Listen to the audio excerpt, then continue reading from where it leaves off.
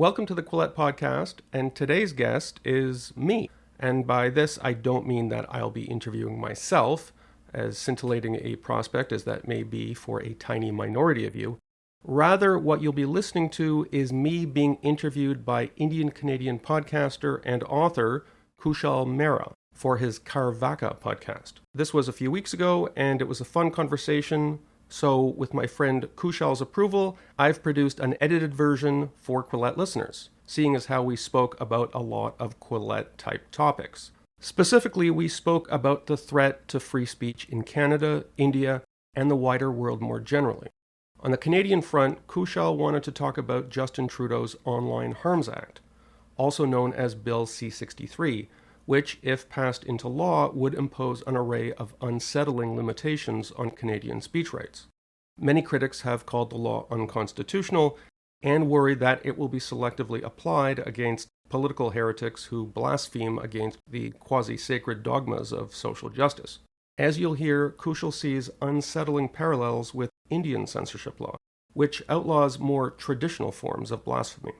So, John, every time I think things can't get worse in Canada, you have to come up with something in your reportage and say, things can get worse from here. So let's assume, John, that nobody who listens to this actually understands a word of what the Online Harms Act or Bill C63 is and explain it from scratch. The Online Harms Act kind of has a lot of things in it, and there are actually some things in it that maybe a lot of people would find sensible. I'm sure a lot of countries do this where they take a lot of different kinds of legislation and they lump it into one bill to make it more difficult for their political opponents to vote against it or not support it, because then they could say, aha, you're an opponent of our sunshine and apple pie provision in this law. And then the opposition has to say, no, we love the sunshine and apple pie provision. What we hate is this other thing. And that's what the Liberals have done. So there are provisions in this bill that increase the severity of penalties against child porn and all sorts of online material that we all agree is risky, at least. And then on top of that, they added some completely outrageous stuff. For instance, letting human rights tribunals and government officials essentially muzzle people even before they have spoken, and saying, we believe that you are about to say hate speech, so they can be dragged in front of a tribunal, and things like, I think it's like ankle bracelets and tracking devices. For some reason, the law says that you can't use drugs or alcohol during this period.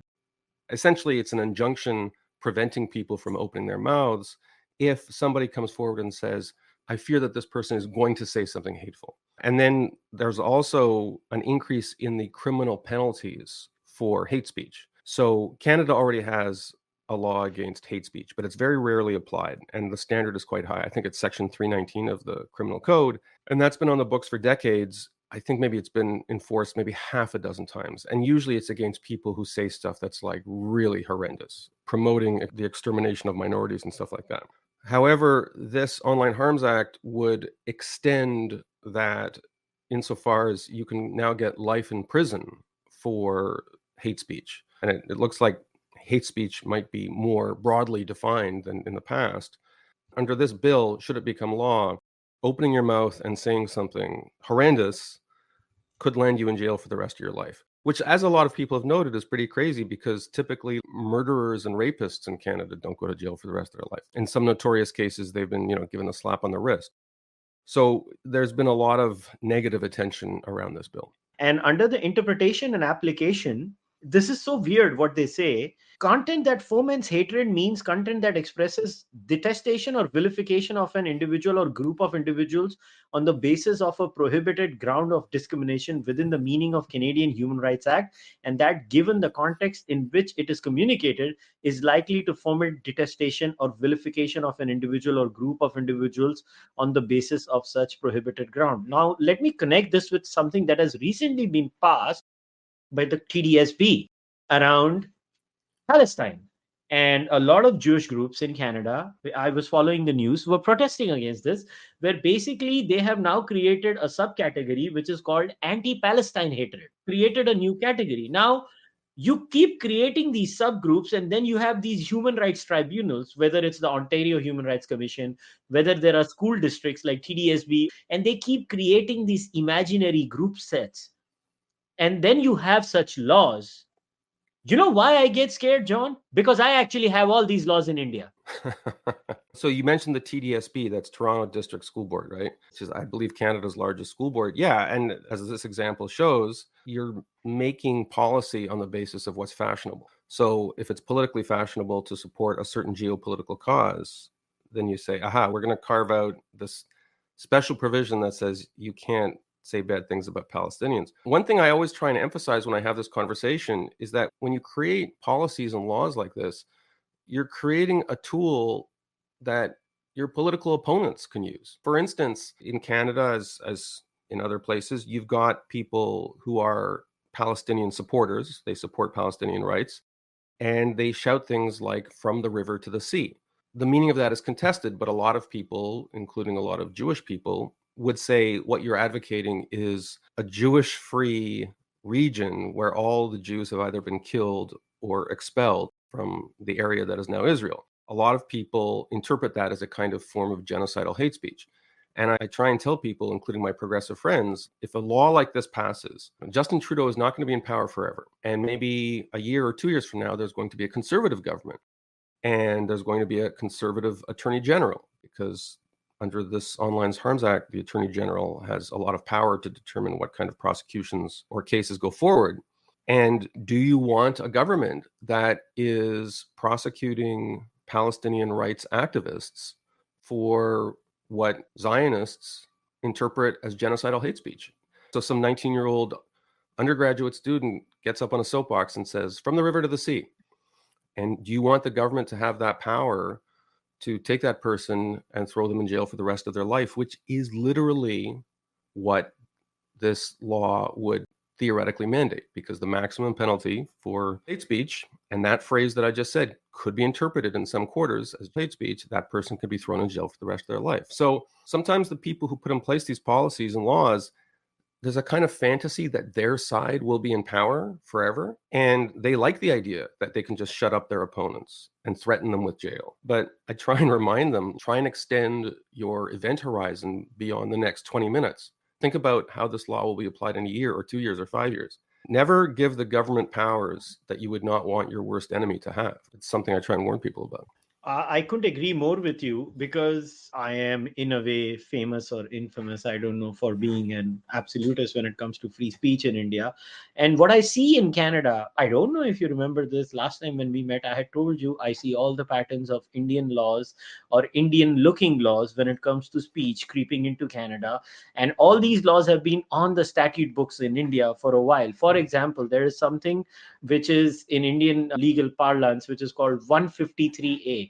Section 153A basically says, and I want to read this for you: the act of promoting enmity between different groups on grounds of religion, race, place, or birth, residence, language, caste, community, or any group acts prejudicial to maintenance of harmony between groups or castes or communities if the acts disturb public tranquility, acts causing fear or alarm or a feeling of insecurity among members of any religious, racial, language, or regional group or caste or community by the use of criminal force or violence against them.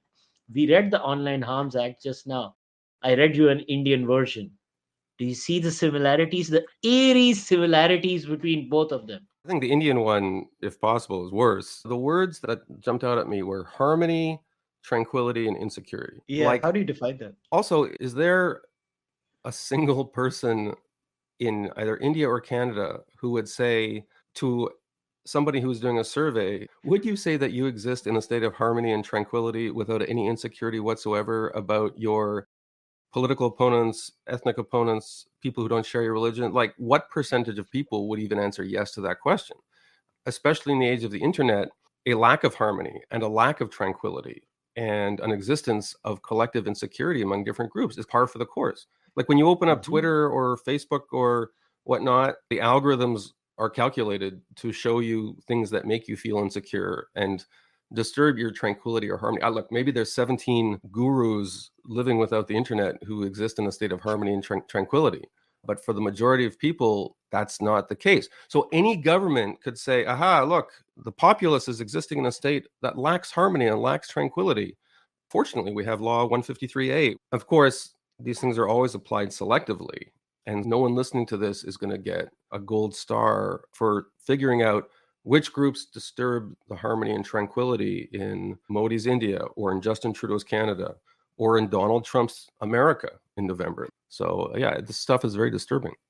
Yeah, I mean, disturbing. The purposes of the Act, Bill C63, promote the online safety of persons in Canada. Oh, we care for you, poor But there's a little grain of child. truth to that. There's a grain of truth. So part of that language is curated to appeal to parents. Like, what parent of, say, a 10-year-old or a 12-year-old isn't concerned about their kid having an unsafe experience with a stranger on the internet? Identity theft, phishing, scams, revenge porn. Like, there's all kinds of terrible things, especially as kids get older into their late teens. And I don't have to recite the long list of stories that have involved people getting in trouble through online harms. Like, it's online harms do exist. However, you tap into legitimate fears of these kinds of phenomena in order to extend the government's power to cover what a lot of people would say is political speech. There's a big difference between extortion and revenge porn and child porn on one hand, things that I think we all agree that these are problems to take seriously. And then giving the government, based on legitimate fears about that, creating an incredibly vague law that allows the government to throw people in jail for the rest of their life for chanting things like "from the river to the sea." I have a huge problem with that. And I absolutely don't trust Justin Trudeau or Pierre Poilievre, who's, for those listening outside of Canada, he's the Conservative Party leader who may well take over as Prime Minister soon. I don't trust either of those two to make determinations about what kind of political speech would produce online harms for 40 million Canadians. There is a blasphemy law in India called 295A. It's actually a blasphemy law. You can't say things about religion. Religion is protected. And the way things are going in Canada, I'll give you a very tangible scenario. John, both you and I are disbelievers from whatever I know of you. And we may not like religious things of different religions. And we go online and we criticize religion. Am I causing harm to the person online who's religious? I have some sympathy for governments in a place like India or Pakistan or whatnot that have these laws, because I think we just saw a news item recently where, and you periodically see this in Pakistan, often it's like in small towns or regional capitals, where some person is accused of burning the Koran or desecrating the Koran in some way, and there's a riot and people get killed. And so the governments there, not necessarily theocrats, they say, hey, look, let's make it illegal to perform blasphemous acts, not necessarily because these government officials want to protect the Koran, but because they don't want to have to deal with public riots every couple of months. It's interesting. I love history. And so if you look at the history of early 16th century England, there were all these English lollards, reformers, proto-Protestants, evangelicals, Lutherans, people who were challenging Catholic doctrines. And they were bringing in all these books and tracts from the continent that were challenging the Catholic Church. And this is before Henry VIII had taken England out of the Catholic Church. And the government started prosecuting these people viciously, in some cases literally burning them at the stake. And if you look at the logic of the government, it's not that the government was run by crazy Catholic theocrats, but the government wanted a system where there was public order, and they saw religious pluralism and religious critiques as a threat to public order, because they wanted priests on Sunday to deliver one message. They wanted it to be a message of compliance with what the government said was the one true faith. They wanted order. They were scared by the idea of religious pluralism. And to be fair, the situation in 16th century England was maybe a little bit like the situation in 21st century Pakistani villages in some cases, where it's absolutely true that some random guy would start preaching a version of the Abrahamic faith that people found weird or upsetting, there'd be a riot and people would start bashing each other. And so as a result, government officials just say, okay, no one's allowed to talk about this stuff except us or like the official state recognized religious bodies. You see this in communist countries, right? Where China did this for a while, where there was a church, but it was a state recognized church. So the Chinese were like, okay, you can believe in Christianity, but it has to be like the official Chinese sanctioned version of Christianity. And the Russians do this with Orthodox Christianity. So it's not necessarily like a theocratic impulse. It's basically an autocratic, authoritarian impulse that says you're not allowed to do it outside the official system. My problem with acts like these and thoughts like these, when they try to regulate human emotions beyond a certain point, is it doesn't stop. So what is the history of 295A in India, right? So in the early 1920s, there was a Muslim who wrote a book against Sita. In response, the Hindu side wrote a book about Muhammad. The Muslims murdered the Hindu who wrote the book. The Hindus didn't do anything. That led to riots because the Hindus then responded to the Muslim attack. Then the British were like, we don't want to deal with this. Let's bring in this law. 295A is a British law. Sure. Then the law comes in. Nobody in the Indian state wants to remove it. They're like, let's just keep it. Why? A, one of the reasons given is this, but B, the real reason is now we have a tool to control these people. I'll give you a story, again, for the benefit of the Canadian listeners, is I used this law once to make a mockery out of it. So somebody made a random comment on a Jain guru. I went to the police station. I said, my feelings are hurt. They're like, are you a believer? I was like, no, I'm an atheist. And they're like, hang on, how can your feelings be hurt? I was like, give me the legal reason of why I can't file a complaint. Guess what? They had to file a complaint. Yeah. And I was mocking the law all the time. Canadian human rights system is similar.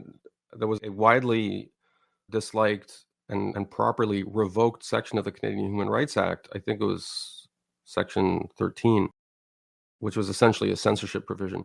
But as with many areas of human rights law, you wouldn't have to show personal injury to bring an action. With Section 13, what you just said, that scenario would be taken seriously by a human rights tribunal. And there were several instances of people actually being paid damages. You would then get maybe $10,000 or $20,000. Essentially, you're a human rights bounty hunter where you're getting cash for taking the time to fill out like a 3-page human rights tribunal complaint. Justin Trudeau is essentially trying to bring back that section of the Human Rights Act. And by the way, the reason they got rid of this section is because like half of the complaints were being brought forward by one guy. So what you did as a prank was financially incentivized under the Human Rights Act provision in Canada that the previous Prime Minister, Stephen Harper, got rid of, and which Justin Trudeau, in his political desperation, is trying to bring back. Yeah, it's very interesting. This bill says it is a discriminatory practice to communicate or cause to be communicated hate speech by means of the internet or any other means of telecommunication in a context in which the hate speech is likely to foment detestation or vilification of an individual or group of individuals. If I say we have two biological sexes, there's male and there's female, there are a not insignificant number of Canadian academics and activists who regard what I just said as a form of hate speech, because I have erased the identities of people who claim to have no biological sex or to be gender fluid in some way that utterly destroys the concept of sexual dimorphism. There are people, again, from the river to the sea. There are people who see that as hate speech. There are people who see Zionism as hate speech. There are people who see Hindu nationalism as hate speech. So this can be read very selectively. And by the way, one thing we haven't talked about, the Online Harms Act goes well beyond this, because one of the provisions threatened people with the possibility of life imprisonment if, in committing any other breach of an act of parliament, it doesn't have to be a criminal act. It could be like you used a provincial or national park in an improper way, or, theoretically you filed your tax return in the wrong way or something like that. If that breach of any other act of parliament was seen as motivated by hate, so you filed your income tax wrong in a hateful way, you could go to jail for the rest of your life in theory. The human rights stuff and the other backdoor provisions actually worry me more, because human rights tribunals are not governed by the same high constitutional standards of beyond a reasonable doubt that criminal law is governed by. So it's very easy to harass, even if these human rights complaints don't go anywhere. Under Canadian human rights law, the complainant typically doesn't have to get a lawyer. So the complainant just files some form online and says, oh yeah, this guy's a hate monger. And then often the person who's the alleged wrongdoer, I don't want to say defendant because these aren't criminal processes, they often have to get a lawyer. So even if they are ultimately judged to be innocent, they still might be out of pocket for $50,000 because they hired a lawyer to defend themselves against these spurious charges. That's the exact aim of these charges, right? Because the people who design such laws then send them to tribunals, which are also controlled by people who very much think like the people who design these laws. And then this creates an asymmetry in the application of the law, which happens in India all the time, John. Right.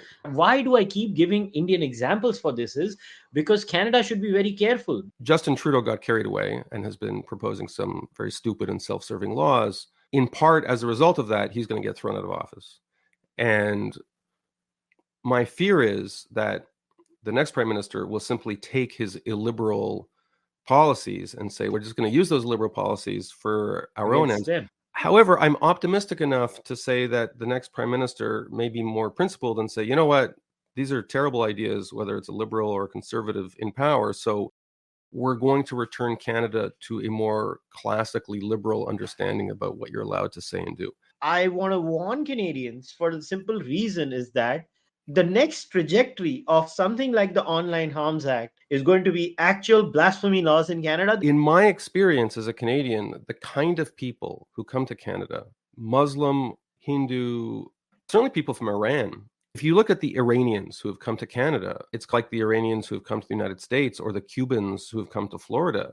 Many of them hate the regime. Many Iranians in Canada came around 1979 or shortly before or shortly thereafter because they were disgusted by the idea of living under a Muslim theocracy. And you often will meet Arab descended Canadians who take the same view in regard to Syria or Libya or wherever they came from. And so I'm a little bit more optimistic because I got to say, when I'm online and some of the people who are my most strenuous defenders online, when I'm defending free speech, they're not people who were born in Canada in many cases. They're people who were born in communist countries or in Islamist run countries or China, or people who come from countries where you can't say what you think.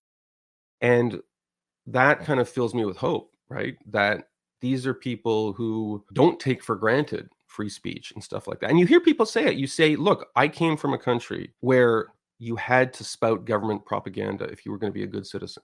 To be a good Iranian, you had to say death to Israel, and you had to say long live the Ayatollah and stuff like that. And I don't want to live in a country like that.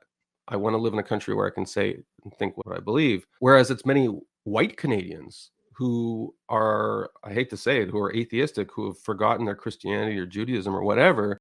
They're often the ones who pick up the religion of social justice, and they're the ones who are policing everybody's thoughts and ideas and speech the most aggressively.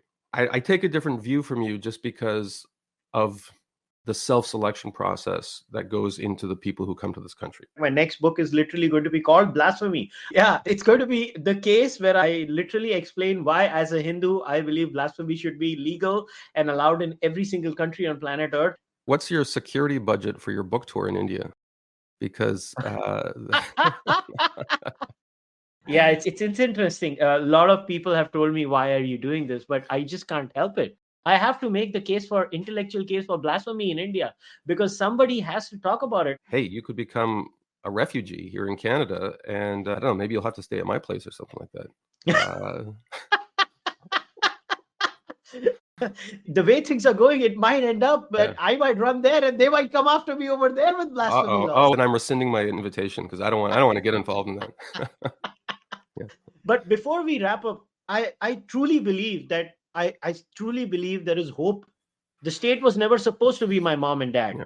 The state was supposed to be, at best, a helper, not a mom and dad. This is when the state tries to parent you. So that's one aspect, and I think there's a lot of conservatives who would agree with you, but I'm a little bit of a technological determinist in the sense that I think a lot of these things emerge from technology, and the internet has allowed people to exist with the expectation that everybody around them will agree with them. And that if somebody disagrees with them, the universe is out of whack and you need a law to correct the universe. So when I was a kid, if you were on a university campus or a similar marketplace of ideas, you just took it for granted you'd be surrounded by people who agreed with you and didn't agree with you. People had to learn to get along a little bit, often unsuccessfully, but at least they had the expectation that in the course of their daily intellectual life, they were going to have to deal with people they disagreed with, and they couldn't solve that problem by just accusing everyone who disagreed with them as being hate criminals, because then they'd be accusing 17 different people a day of being hate criminals. And so I think a lot of it is now people spend a ton of time in Twitter channels, Facebook channels. They have developed the implicit expectation that if somebody disagrees with them, it's a weird thing. It's unusual. Like that wasn't a normal way to think 30 years ago.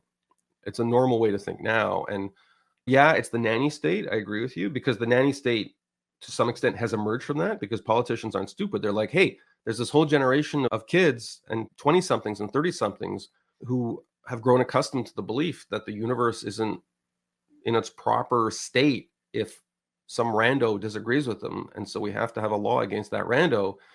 Politicians are responding to the technological change. So I think human beings are still trying to figure out how are we going to live in that world and how are we going to break down those silos and try and convince people, hey, just because your Twitter silo, everyone believes the same thing, doesn't mean you live in a country where everyone believes the same thing.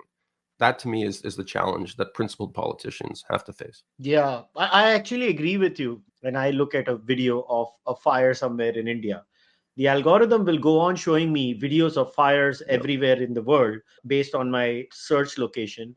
And if my reality, if I go online, is that the whole world is burning, but Yep. actually it's not. Outstanding example. And or Shark Week. This is something that is on TV. It's not the internet, but I don't know if you have Shark Week in India. I think We is it do. the Discovery Channel? I don't watch a lot of TV, but it's whatever channel has Shark Week, and all they show is sharks. And like maybe less so now, but I remember when Shark Week started, people were like terrified that they jump into a river or a freshwater lake and get attacked by a shark because they were just like watching Shark Week all the time. And you had to say, no, don't worry, you could go into your bathtub without getting attacked by a shark, because in their minds, sharks were like everywhere. You walk through a forest and you get mugged by a shark. There's a psychological term for this. I think it's called the availability heuristic, where Uh-huh. if information is available to you and fear and anxiety is available to you, that just dominates your thinking. So it's the same with hate. In Canada, the progressive hothouse has convinced itself that neo-Nazis are around every corner. There's this tiny little group called Diagolon, which is, I don't know, 7 people who run a podcast. And progressives are convinced that the Diagolonians are going to take over Canada. And like, it's crazy, but that's their Shark Week. Their equivalent of Shark Week is Diagolon Week, where they think that there's going to be this Diagolonian Nazi revolution. And they believe it. And it's unfortunately, this seeps its way into, to some extent, mainstream left of center politics. And so we get things like the Online Harms Act. I want to ask you a question of a live viewer who's asked you a question. But by the way, this person is from Canada. Is it fair to say that incredibly diverse societies that are not day to day fully socially cohesive will tilt towards draconianism? India, UK, Canada are examples. USA and France seem for now to resist this. Is the national core cohesiveness a non negotiable for free speech? That's a good question. A lot of it has to do with whether our politicians feel like they can gain more points by exacerbating tensions or by bridging them. And I think Canada is at this inflection point. Trudeau's memoir was called Common Ground. And he came into power, this is almost a decade ago, explicitly on the idea that I am going to bridge people's differences. That's going to be my political meal ticket. I'm going to be the guy who bridges differences. And I don't care about your faith. And by the way, back in those days, that primarily meant bridging separatist differences in Quebec, because he's like me, he's from Quebec. And so his big political challenge was overcoming Quebec political separatist sentiment, because he and his father, Pierre Trudeau, famously were federalists. They wanted to keep Canada together. So common ground was French, English, Catholic, Protestant, whatever, were one people.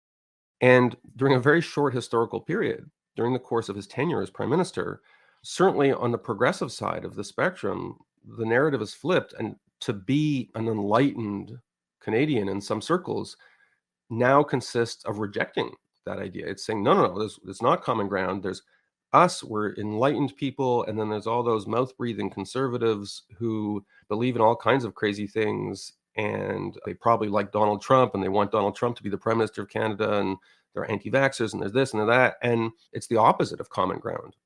The practical question is, how do we create a politics where mainstream politicians are not incentivized to exacerbate the worst instincts that we now have to separate into political tribes? All right, John, before we go, is there anything else in the law specifically that you think we did not cover?